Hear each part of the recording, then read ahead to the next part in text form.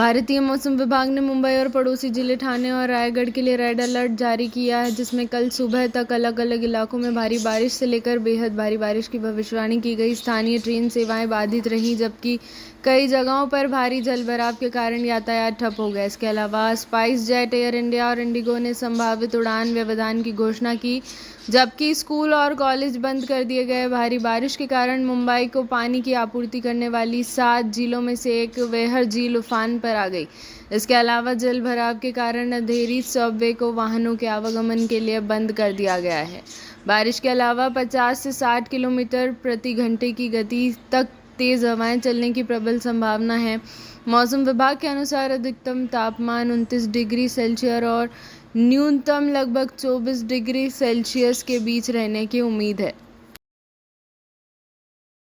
आंध्र प्रदेश के मुख्यमंत्री एन चंद्रबाबू नायडू ने आरोप लगाया कि पिछली जगन मोहन रेड्डी सरकार द्वारा शुरू की गई शराब नीतियों ने पिछले 5 वर्षों में राज्य के खजाने को 18,860 करोड़ रुपए का नुकसान पहुंचाया। उन्होंने कहा कि राज्य जल्द ही कथित बड़े पैमाने पर अनियमितताओं की अपराध जांच विभाग से जांच कराएगा। पिछली वाईएसआरपी सरकार द्वारा अपनाई गई आबकारी नीति पर विधानसभा ने श्वेत पत्र जारी करते हुए मुख्यमंत्री नायडू ने कहा कि प्रवर्तन निदेशालय की सहायता भी ली जाएगी, क्योंकि शराब केवल नकद में भुगतान स्वीकार करके बेची जाती थी, बिना किसी ऑनलाइन लेन देन के।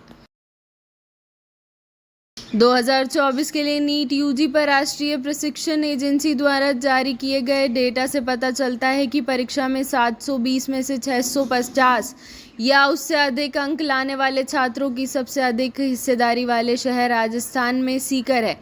इसके बाद तमिलनाडु में नमक्कल, केरल और कोट्टायम, आंध्र प्रदेश में तनुकू, राजस्थान में झुंझुनू और हरियाणा में कुरुक्षेत्र है। केंद्रीय मंत्री गिरिराज सिंह ने कांग्रेस पर खालिस्तानियों का साथ देने का आरोप लगाते हुए कहा, चन्नी के बयान पर मैं केवल इतना कहूँगा कि इंदिरा गांधी का हत्यारा एक खालिस्तानी था और कांग्रेस खालिस्तानियों का समर्थन कर रही है। अमेरिकी अधिकारी की इस टिप्पणी पर प्रतिक्रिया देते हुए कि प्रधानमंत्री नरेंद्र मोदी की रूस यात्रा के प्रतीकवाद और समय को लेकर देश निराश है। नई दिल्ली ने कहा कि सभी देशों को हितों की पारस्परिकता के आधार पर अपने द्विपक्षीय संबंधों को तय करने की स्वतंत्रता है। इसने रूस के साथ देश के दीर्घकालिक संबंधों पर भी जोर दिया। मंगलवार को अमेरिकी कांग्रेस की सुनवाई के दौरान दक्षिण और मध्य एशिया के लिए सहायक विदेश मंत्री डोनाल्ड लू ने प्रधानमंत्री नरेंद्र मोदी की हाल ही की मॉस्को यात्रा पर अपनी निराशा व्यक्त की। मैं प्रधानमंत्री मोदी की मॉस्को यात्रा के प्रतीकवाद और समय को लेकर हमारी निराशा के बारे में आपसे पूरी तरह सहमत नहीं हो सकता। हम अपने भारतीय मित्रों के साथ कठिन बातचीत कर रहे हैं, पीटीआई ने अमेरिकी अधिकारी के हवाले से कहा। तेलंगाना सरकार ने वित्त वर्ष 2024-25 के लिए 2.91 लाख करोड़ का बजट पेश किया है। वित्त मंत्री मल्लू भट्टी विक्रमार्क ने 25 जुलाई को राज्य विधानसभा में 2.2 लाख करोड़ के अनुमानित राजस्व व्यय और 33,487 करोड़ के पूंजीगत व्यय के साथ बजट पेश किया।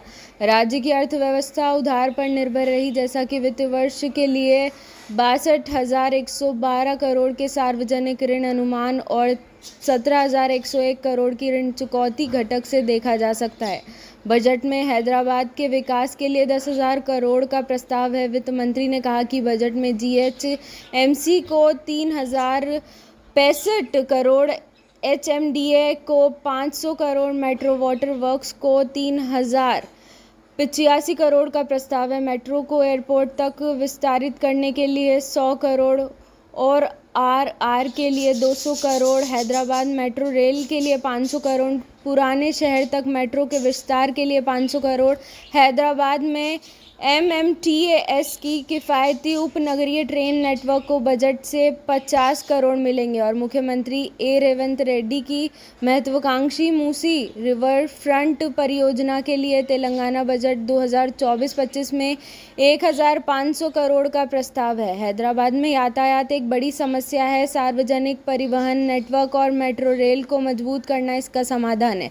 सरकार ने मेट्रो रेल के दूसरे चरण की फिर से जांच करने के बाद प्रस्तावों को संशोधित किया। इंटरनेट पर एक भयावह वीडियो के बाद एक ब्रिटिश पुलिस अधिकारी को निलंबित कर दिया गया है, जिसमें उसे मैनचेस्टर एयरपोर्ट पर एक व्यक्ति के सर पर लात मारते और मुक्के मारते हुए दिखाया गया है। एक दर्शक द्वारा फिल्माए गए वीडियो ने सोशल मीडिया पर हंगामा मचा दिया है। वहीं कई लोगों ने रात में पुलिस स्टेशन के बाहर विरोध प्रदर्शन किया।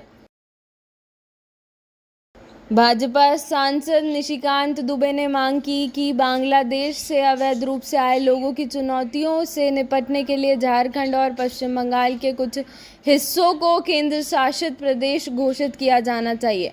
उन्होंने असम की तरह NRC लागू करने की भी मांग की। निशिकांत दुबे ने दावा किया कि अगर इस अवैध प्रवास को रोकने के लिए कुछ उपाय नहीं किए गए तो हिंदू इन जगहों से गायब हो जाएंगे।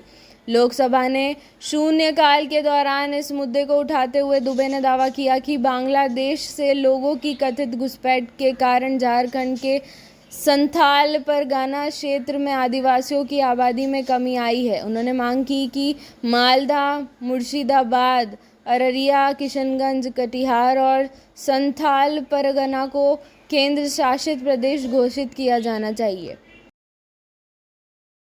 विदेश मंत्रालय ने बाहरी सहयोग के लिए सचिव नियुक्त करने के लिए केरल सरकार की आलोचना करते हुए कहा कि राज्य सरकारों को अपने संवैधानिक अधिकार क्षेत्र से बाहर के मामलों में हस्तक्षेप नहीं करना चाहिए। जब विदेश मंत्रालय का प्रवक्ता रणधीर जायसवाल से नियमित मीडिया ब्रीफिंग में केरल सरकार के फैसले के बारे में पूछा गया तो उन्होंने कहा कि विदेशी मामले और सभी विदेशी देशों के साथ संबंधों को पूरी तरह से केंद्र सरकार द्वारा नियंत्रित किया जाता है। उन्होंने कहा, भारत के संविधान की 7वीं अनुसूची एक संघ सूची मद 10 के तहत स्पष्ट रूप से निर्दिष्ट किया गया कि विदेशी मामले और सभी मामले जो संघ को किसी विदेशी देश के साथ संबंध में लाते हैं वे संघ सरकार का एकमात्र विशेष अधिकार है। जायसवाल ने कहा, विदेशी मामले समवर्ती विषय नहीं है और निश्चित रूप से राज्य का विषय नहीं है। हमारा रुख यह है कि राज्य सरकारों को उन मामलों में हस्तक्षेप नहीं करना चाहिए जो उनके